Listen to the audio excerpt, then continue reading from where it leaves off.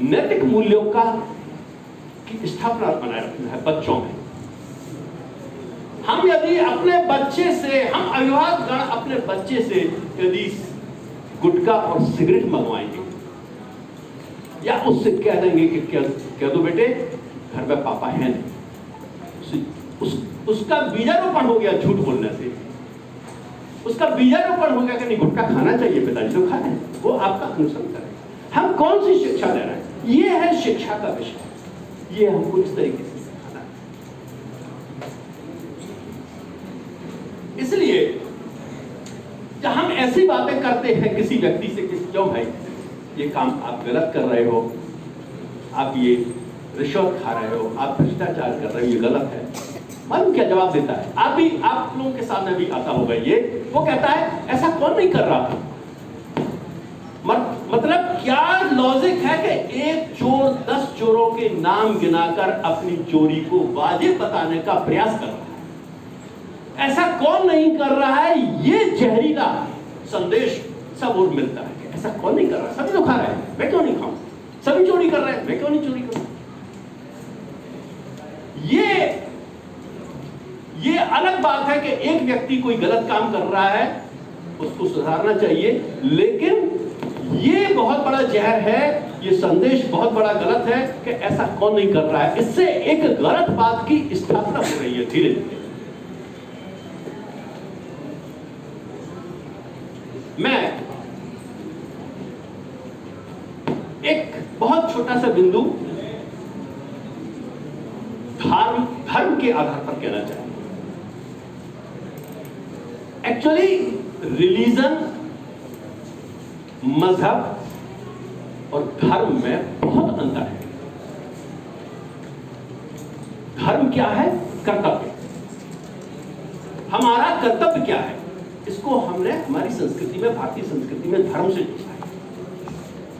हम सत्य बोले, ये धर्म है। वकील का धर्म, शिक्षक का धर्म, डॉक्टर का धर्म, अपने अपने कर्तव्यों का जो निर्वाहन कर रहा है वो धर्म से जोड़ दिया हमने। और इस पर एक सूत्र है, धृति क्षमा दमो स्तम शौचमिंद्रिय निग्रह द्विविद्या सत्यम क्रोधो दशकम धर्म लक्षणम।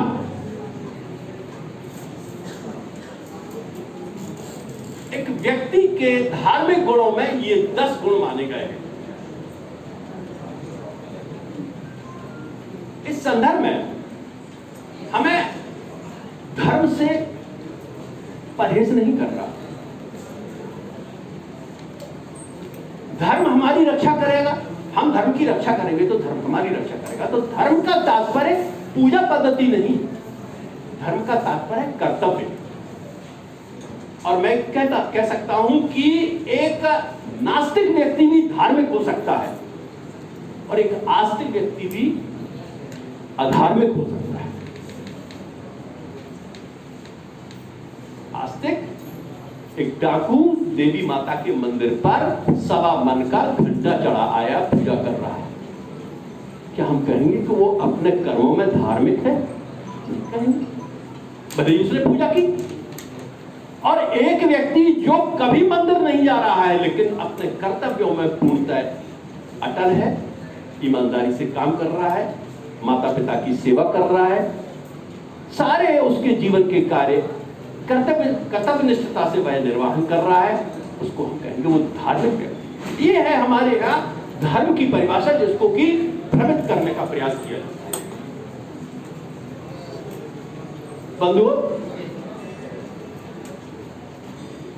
ईश्वर ने हमको इस पृथ्वी पर कुछ विशेष उद्देश्य के लिए भेजा है और हम अपने जीवन की लंबाई और जीवन के उद्देश्य पर चिंतन भी नहीं करते।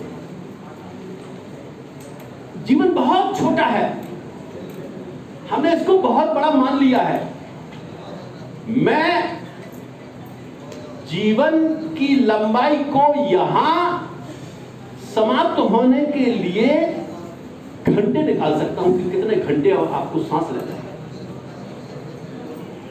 कितने मिनट सांस लेना है। गणित का है, सीधा सा मैथमेटिकल है। फर्ज करें हमारी आयु 80 90 वर्ष होना है, 90 वर्ष आयु अधिकतम मान लीजिए, तो जितनी आयु निकल गई है उसको माइनस कर दो और 365 का गुणा कर दो, दिन निकल आए। 24 का गुणा कर दीजिए, घंटे निकल आए, 60 का गुणा कर दीजिए, मिनट करें, काटते जाएंगे, हो गई जिंदगी। इस बारे में हम सोचते नहीं है, इसलिए हमको जीवन की लंबाई का ध्यान रखते हुए जीवन के उद्देश्य को, अपने टारगेट को पूर्ण करना है। For what we came here, for what my birth is here, हमारा क्यों हुआ जन्म, किस काम के लिए आए। देखिए एक आपको और एक उदाहरण देता हूं।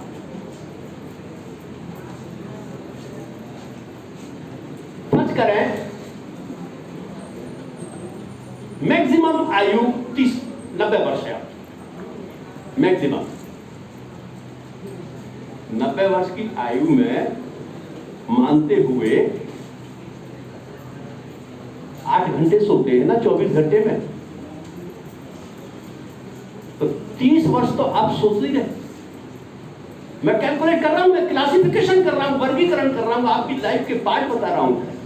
90 वर्ष की हमारी अधिकतम आयु है तो 30 वर्ष हम सोए, शेष 10-20 वर्ष हम खाना खाते रहे, बाथरूम में 10 वर्ष बैठे रहे। एग्रीगेट निकालना है, एग्रीगेट अलग। फिर जिए कितना जी पाए। जीने का मतलब हम स्वयं में कितने आनंदित हो पाए, दूसरों को हम कितना आनंद दे पाए। इस दिशा में हम यदि सोचेंगे तो हम सुधरे रहेंगे, हमें पता रहेगा अपने जीवन का टारगेट।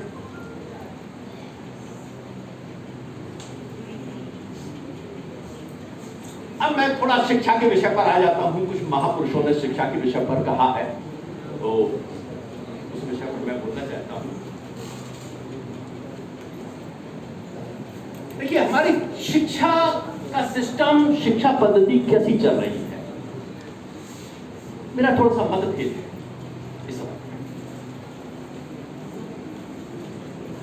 और शिक्षा पद्धति, शिक्षा के सिस्टम पर आज भारत की स्वतंत्रता के 75 वर्ष व्यतीत होने के पश्चात भी सुधार के बारे में सोचा जा रहा है कि हम कैसे सुधारें।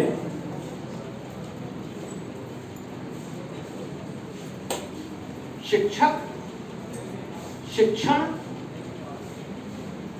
और शिक्षा।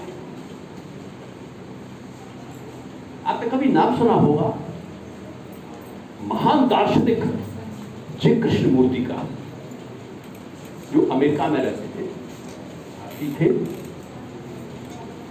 कहा जाता है कि उनके बराबर का दार्शनिक अपने इस समय काल में कभी नहीं रहा, अब तो वो नहीं है।